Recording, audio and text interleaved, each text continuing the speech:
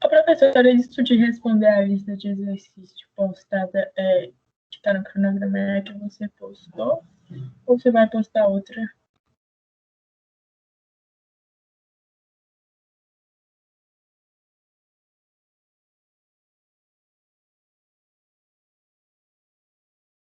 Seu microfone está mudo. Eu não entendi na hora, cortou aqui, minha internet está lenta. É porque no cronograma tá que é para responder a atividade postada no Teams, lista, sei lá. É uma que você vai postar hoje? Ou você Eu já postei já. Ah, tá. tá. Ela já está lá, tá? Mas é para entregar até semana que vem. Ok. Viu? Vocês já estão conseguindo ver os slides? Não, tá mostrando nossas carinhas. Ah, é? E agora? Agora sim. Pronto. Então, vamos começar, né? A nossa aula é sobre composição do solo, tá? Nós vamos ver o que compõe o solo, né? A fração sólida, a fração gasosa, a fração líquida e como eles se organizam, né, para dar aquela estrutura que a gente pode chamar de solo. Qual a importância de se estudar a composição dos solos? É importante no sentido dos trabalhos de classificação taxonômica e técnica dos solos. A gente vai ver em classificação de solos que, dependendo das características dele, ele vai ter um nome, e a partir desse nome a gente sabe as características que aquele solo tem, né? Se ele é um solo jovem, se ele é um solo velho, se é profundo, se é rico em nutrientes, se tem muita argila, se é mais arenoso, argiloso, né? A gente consegue identificar. O nome disso é classificação taxonômica. E a classificação técnica dos solos é para dizer o que ele é indicado, tá? Que se parece muito com as potencialidades. Então, a partir da composição do solo, a gente pode avaliar as suas limitações, né? Para que ele é recomendado? Por exemplo, um solo que ele é raso, ele é recomendado para hortaliças, né? Um solo que está impróprio para o cultivo, ele ainda pode ser recomendado para você estar utilizando só o espaço para a produção de mudas, né? Por exemplo, um solo que ele é mais profundo, você pode realizar plantações com cultivos que têm uma raiz mais profunda, né? Que tem necessidade de um solo com estrutura mais vigorosa, tá? Então, isso é importante para o manejo e no sentido de produtividade também das culturas, né? Um solo que é menos fértil, você vai ter que adubar mais. Um solo que já é mais fértil, você já não se preocupa tanto com isso. Então, para isso a gente tem que conhecer, né, a composição dos solos. É importante para os processos de levantamento de solos, né? Por exemplo, em uma paisagem. A gente pode observar que tem uma variabilidade muito grande de tipos de solos, que a gente observou na outra aula, não foi? Solos vermelhos, solos mais claros, mais escuros, né? E eles podem ser categorizados em mapas. Às vezes você tem uma propriedade, e dentro dessa propriedade, a gente pode observar o que a gente chama de manchas de solos. Ou seja, aquele solo que está mais próximo ao rio, ele tem uma característica diferente. Se o local for muito acidentado, o solo lá do topo do morro, a gente viu, né, na aula de segunda-feira, que ele vai ter uma característica diferente. O solo que fica na baixada, ele tem outra característica, né? Então, isso a gente dá o nome de manchas de solos. Então, às vezes você tem uma propriedade, mas cada espaço ali, o solo que fica mais próximo ao curral, né? A ambientes assim com animais, ele tem outra característica, tá? Por isso que a gente faz um mapa para identificar isso. E com base nesses estudos, a gente define então as potencialidades, ou seja, para que aquele solo é indicado, e suas restrições, para o que ele não é indicado. Ajuda a definir uso e ocupação dos solos. O que é o solo? Definição baseada naquela aula lá de segunda-feira também. É um mineral não consolidado ou matéria orgânica, né, que é o material de formação do solo, a matéria-prima, que está na superfície da Terra e funciona como um meio natural para o desenvolvimento da Terra. Este material de superfície foi afetado pelos fatores que nós estudamos, né, os fatores de formação de solo, clima, organismos que atuam no material de origem por um determinado tempo. Tem alguma dúvida até aqui? Não.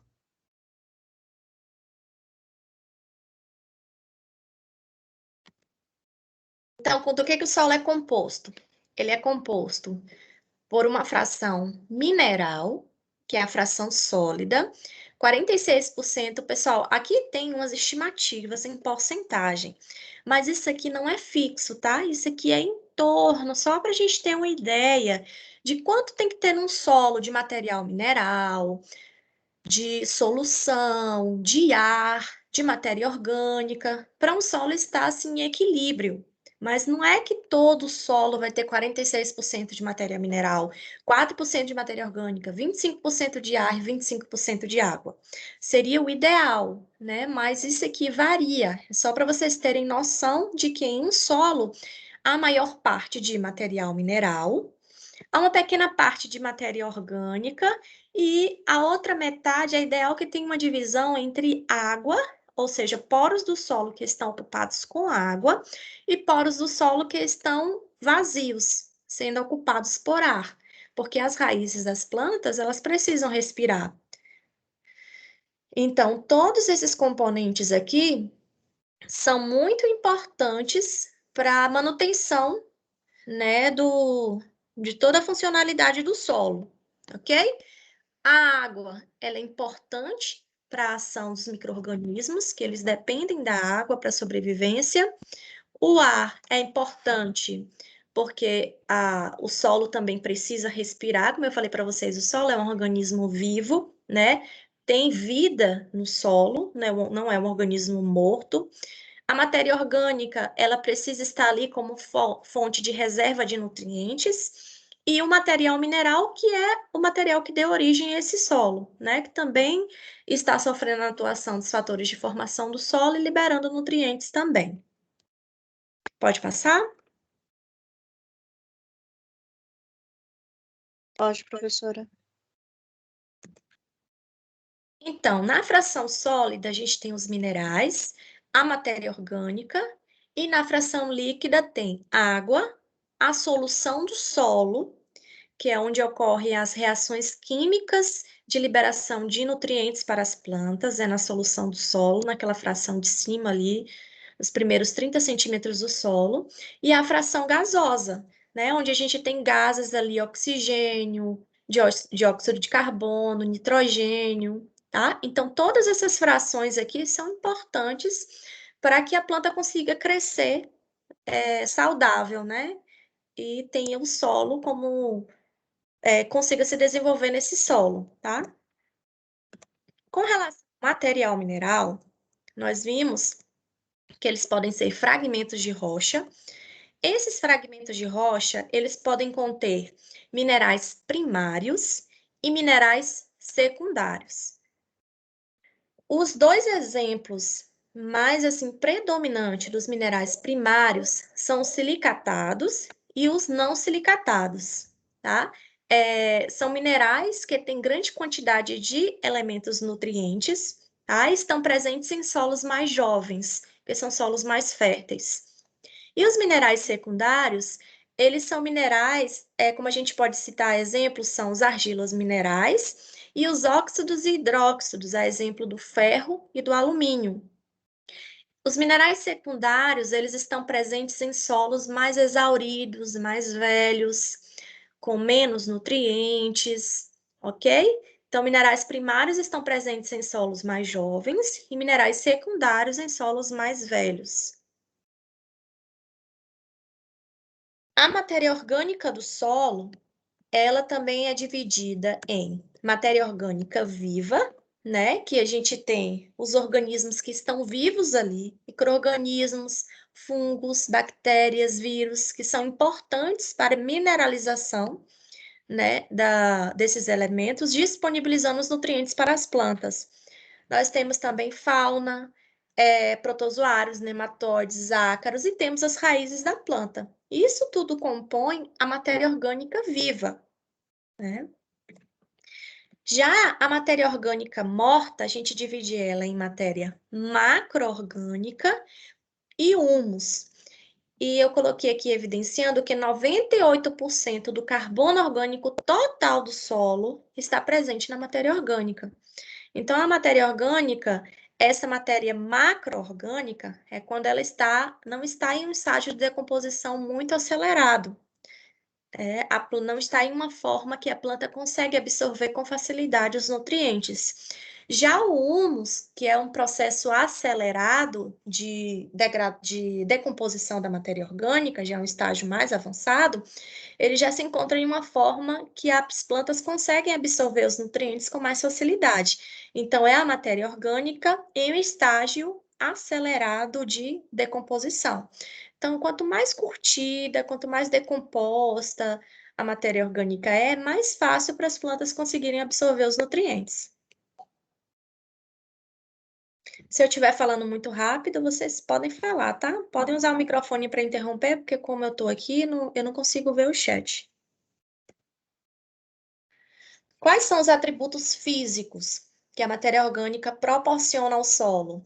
Né? Ela proporciona agregação, ou seja, o solo não fica disperso, ele fica mais junto, né?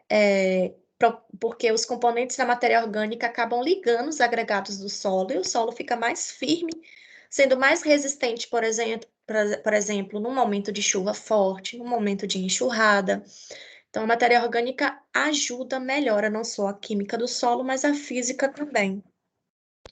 Influencia na cor do solo, né? Solos com uma grande quantidade de matéria orgânica têm a coloração mais escura. Influencia no grau de aeração. O que é aeração? A aeração vem de ar. Ou seja, se ela ajuda na física do solo, a aeração são os espaços em que o ar fica armazenado. Então, o solo, digamos assim, fica mais aerado.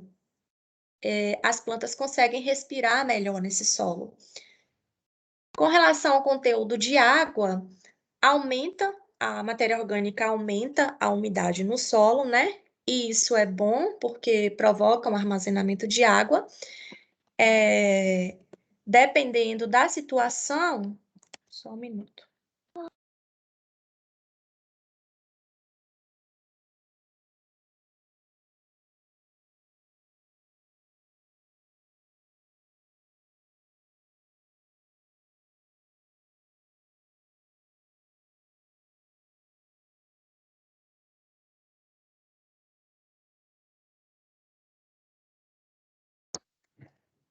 Voltei.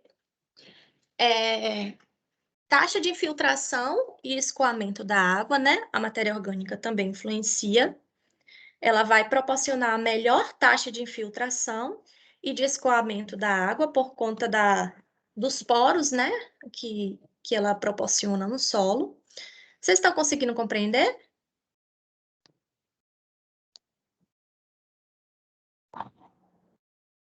Tá tranquilo, professora. Pode continuar.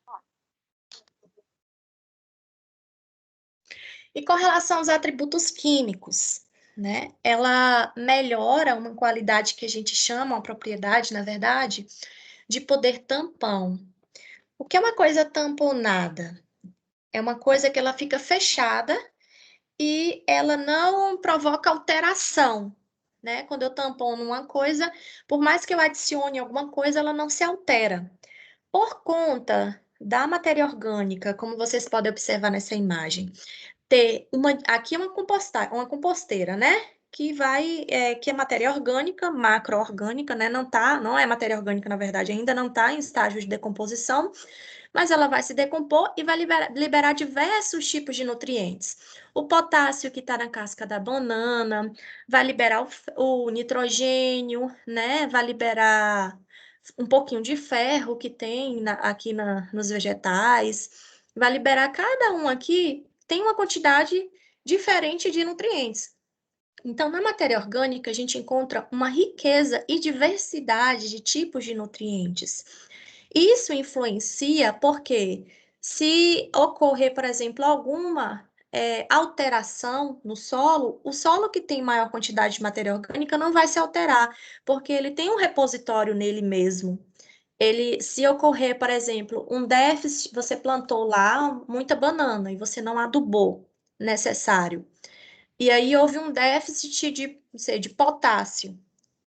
Esse solo, ele tem um armazenamento desse nutriente e não é por isso que o pH do solo vai mudar. Ele vai liberar o que está precisando. Ok? Então, é como se ele tivesse uma poupança aqui, né, dentro da matéria orgânica, e que é utilizada quando o solo precisa. Por exemplo, está um ambiente seco, mas por conta da matéria orgânica, ele libera a água que está armazenada. E aí o solo não fica seco, apesar de não ter chovido.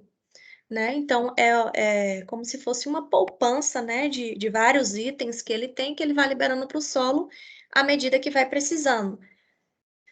Diferente da adubação mineral, que quando você aduba, ele libera os nutrientes e os nutrientes não ficam armazenados no solo, tem uma liberação lenta. Alguns adubos têm essa propriedade, né, de ter a liberação lenta, mas outros não. Mas a matéria orgânica ela tem essa propriedade de liberando seus nutrientes ao longo do tempo.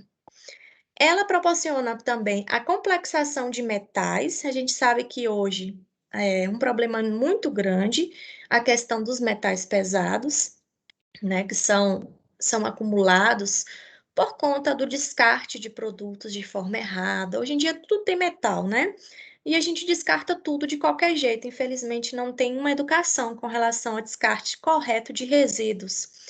E para onde vão esses resíduos? Eles acabam nos rios, nos mares, nos solos. E depois eles voltam para a gente, eles voltam para a nossa mesa e a gente se alimenta desses resíduos que a gente descartou de forma errada, né?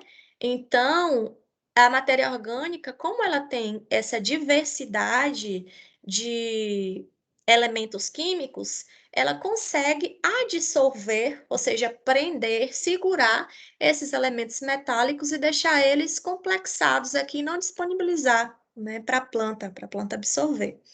Isso é uma característica muito boa. Além disso, ela aumenta o que a gente chama de capacidade de troca de cátions, CTC do solo, que é uma ação que está relacionada à liberação de nutrientes, que a gente vai ver no próximo slide. Tá compreendido até aqui?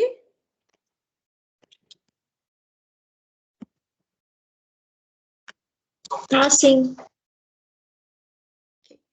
Então, com relação a CTC indica a quantidade de cátions. Então, vamos lembrar aqui quem são os cátions. Os cátions são os elementos que têm o NOx positivo, ok? Eles perdem elétrons, né? E o negativo, e os ânions são esses elementos que têm o NOx negativo, né? Tem a tendência de ganhar elétrons. Então, o cálcio é um elemento eletropositivo. Ele tem o NOx 2+.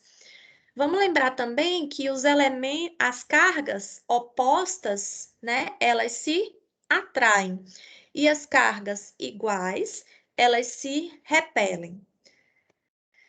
Isso que está aqui no meio se chama colóide do solo. Um exemplo de um colóide no solo é uma argila que está ali na solução do solo. O colóide é um sólido em suspensão. Uma alusão que a gente pode fazer ao colóide é no caso da nata do leite, que fica ali em cima. Não estou dizendo que é aquilo ali no solo, mas só para vocês poderem imaginar como é. A exemplo da nata do leite. Então, no caso aqui é um pedacinho de argila.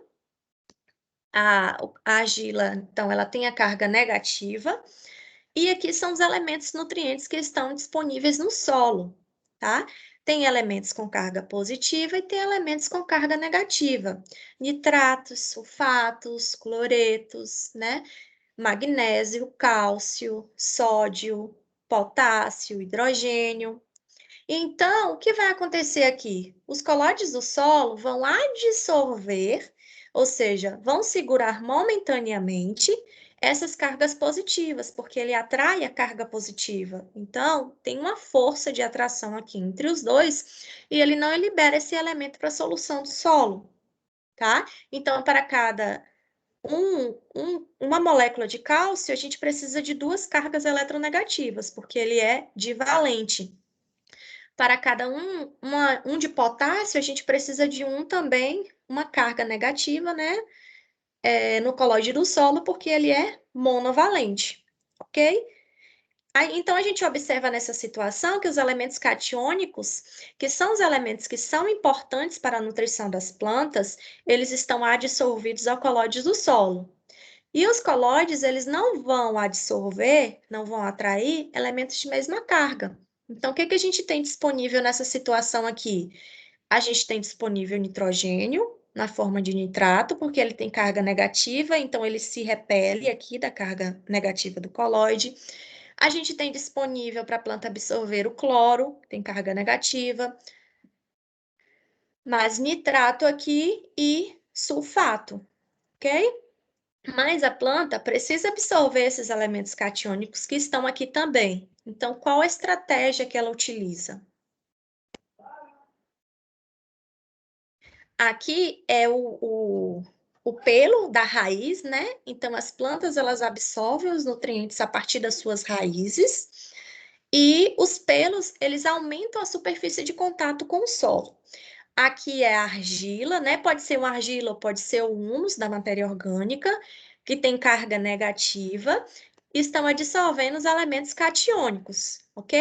Então, esses elementos que elas estão segurando, a carga, a partícula do solo está segurando, não está disponível para a planta, porém está guardado aqui. Qual é a estratégia, então, que a planta utiliza?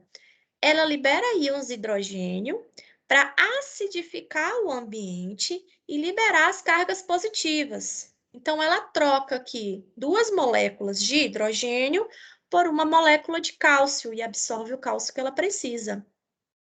Ela troca aqui uma molécula de hidrogênio por uma molécula de potássio. Então, o potássio sai desse lugar que ele está aqui e dá o lugar dele para o hidrogênio, tá? Então, ela acidifica a região que a gente chama de rizosfera, que é a região de influência das raízes, no intuito de liberar esses elementos catiônicos para que a planta consiga absorver.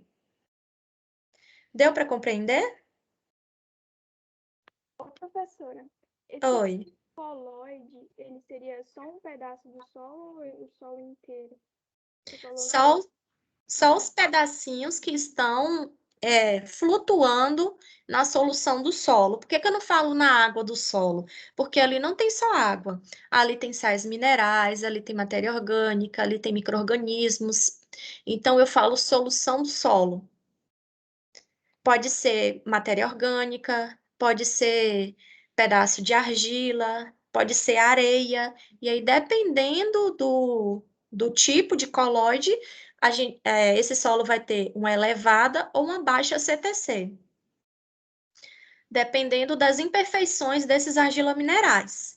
Quanto menorzinho o argilomineral, mais imperfeito, então mais ele vai ter essas quinas aqui, ó, essas imperfeições em que ocorrem as reações químicas.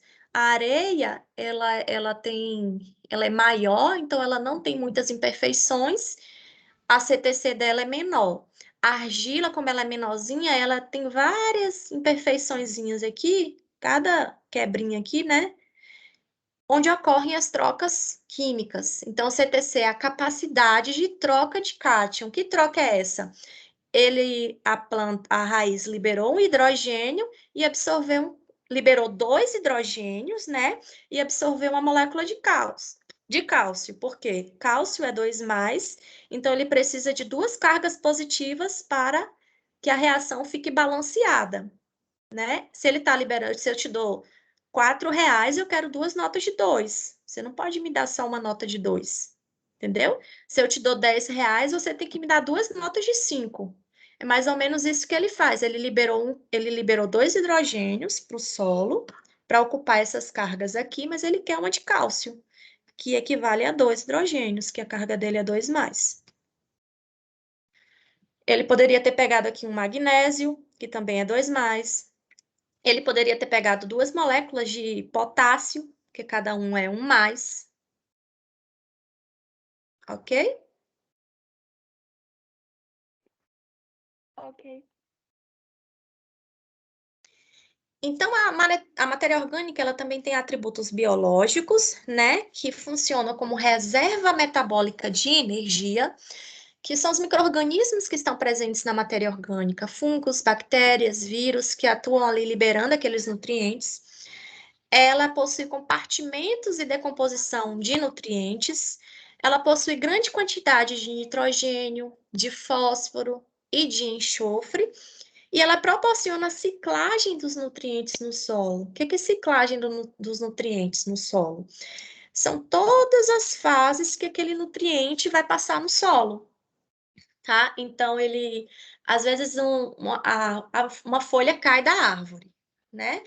Aí essa folha, o que vai acontecer? Ela vai sofrer decomposição, os micro-organismos vão se alimentar dessa folha, ela vai ser decomposta, vai virar matéria orgânica, depois ela vai virar humus, depois ela vai virar nutrientes, depois a raizinha, aquela raiz da imagem anterior, vai absorver os nutrientes que ela liberou, e aí ela vai voltar a ser, o nutriente vai nutrir outra folha, ou vai nutrir um fruto que vai cair e o ciclo se mantém.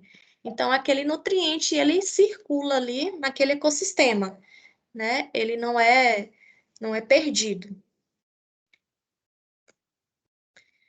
Então, é mais ou menos isso aqui, né? A maquinaria biológica responsável pelo funcionamento do solo. Então, os micro-organismos, eles são fundamentais. Sem eles, a gente não tem as reações químicas, né? De liberação de nutrientes para as plantas.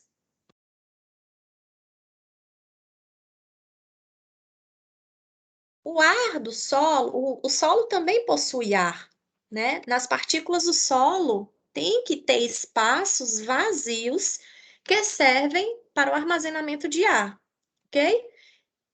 Então, a gente tem nos solos esses agregados, esses poros, que a gente divide ele em dois tipos didaticamente. Os macroporos e os microporos. Então, aqui é um solo, né, com vários agregados, e esses espaços que ficam entre um agregado e outro, partículas de argila, né, aqui, ó, matéria orgânica, o que tiver no solo, são os espaços dos macroporos, né, onde há armazenamento de ar. Esses espaços, eles ficam vazios. Eles só são preenchidos em um momento que o solo está encharcado, então eles funcionam como locais de drenagem de água, né, da saída da água, funcionam, mas eles têm que ser liberados logo, logo, porque a função deles é armazenar ar. Já os microporos são esses poros que estão dentro dos agregados, são os poros menorzinhos. Eles não foram feitos para ficar vazios como os macroporos, eles foram feitos para ficarem preenchidos com água. É como se fosse aquela esponja, não tem aquela esponja natural? Você pega uma esponja, você joga na água, o que acontece? Você tira ela, ela não fica pingando, ela absorve a água toda. Mas se você apertar ela, aí a água sai. Um solo muito poroso é desse jeito, ele consegue absorver bastante água. E aí, quando o solo precisa de água, outras partes do solo precisam de água, a planta, ele vai liberando essa reserva aos poucos. Então, é importante o ar do solo, é importante para a respiração das raízes e outros organismos, que é fundamental para a manutenção da vitalidade dos solos. Então, aqui outra imagem mostrando aqui agora os microporos, né? Então, a gente tem aqui a zona de aeração, ou seja, a zona em que há a presença de macroporos, né? Em que esses espaços entre os agregados, eles estão vazios, armazenando o ar. E a gente tem aqui embaixo uma região com microporos, tá? Esses poros, diferentemente dos macro, eles estão ocupados por água, né? Então, é o local de armazenamento de água no solo, nos microporos. Aqui outra imagem mostrando, né? A água, o ar, né? Então, o solo, a estrutura do solo precisa conter agregados, matéria orgânica e poros. Poros maiores em que ocorra o armazenamento de ar e poros menores em que ocorra o armazenamento de água. Isso tudo para que a raiz consiga respirar nesse solo e absorver água quando houver necessidade, né? Outro componente extremamente importante do solo é a solução, né? Então, por que que eu não falo a água no solo? Porque não tem só a água, como eu falei anteriormente. Tem água, tem íons orgânicos, tem íons inorgânicos, né? Contém materiais dissolvidos provenientes de processos químicos e bioquímicos no solo. A solução do solo é importante para o transporte de espécies químicas para as partículas do solo, ou seja, um elemento nutriente que está lá nas primeiras camadas do solo. Quando chove, essa água, quando ela vai percolando o solo, andando na profundidade do solo, né, ela ajuda a transportar outros nutrientes para as partes de baixo, ok? Então, fornece água para o crescimento das plantas. É na solução do solo que acontece aquela reação química da CTC que eu mostrei para vocês. Então, se não tiver solução do solo, é muito difícil que esse solo tenha uma boa fertilidade, porque os nutrientes não vão ficar disponíveis. Então, é na solução do solo que ocorre a troca de nutrientes das plantas entre as raízes e o solo. É nela que ocorrem as reações de hidratação, de hidrólise, de ácido-base, oxirredução e complexação. São todas as reações químicas lá que vocês estudam na química, acontecem aqui no solo, tá? Proporcionando, ora, liberação de nutrientes do solo para a planta, ora, da raiz também para o solo, tá? Então, essa foi a nossa aula, tá? De composição de solo. Vocês têm alguma dúvida?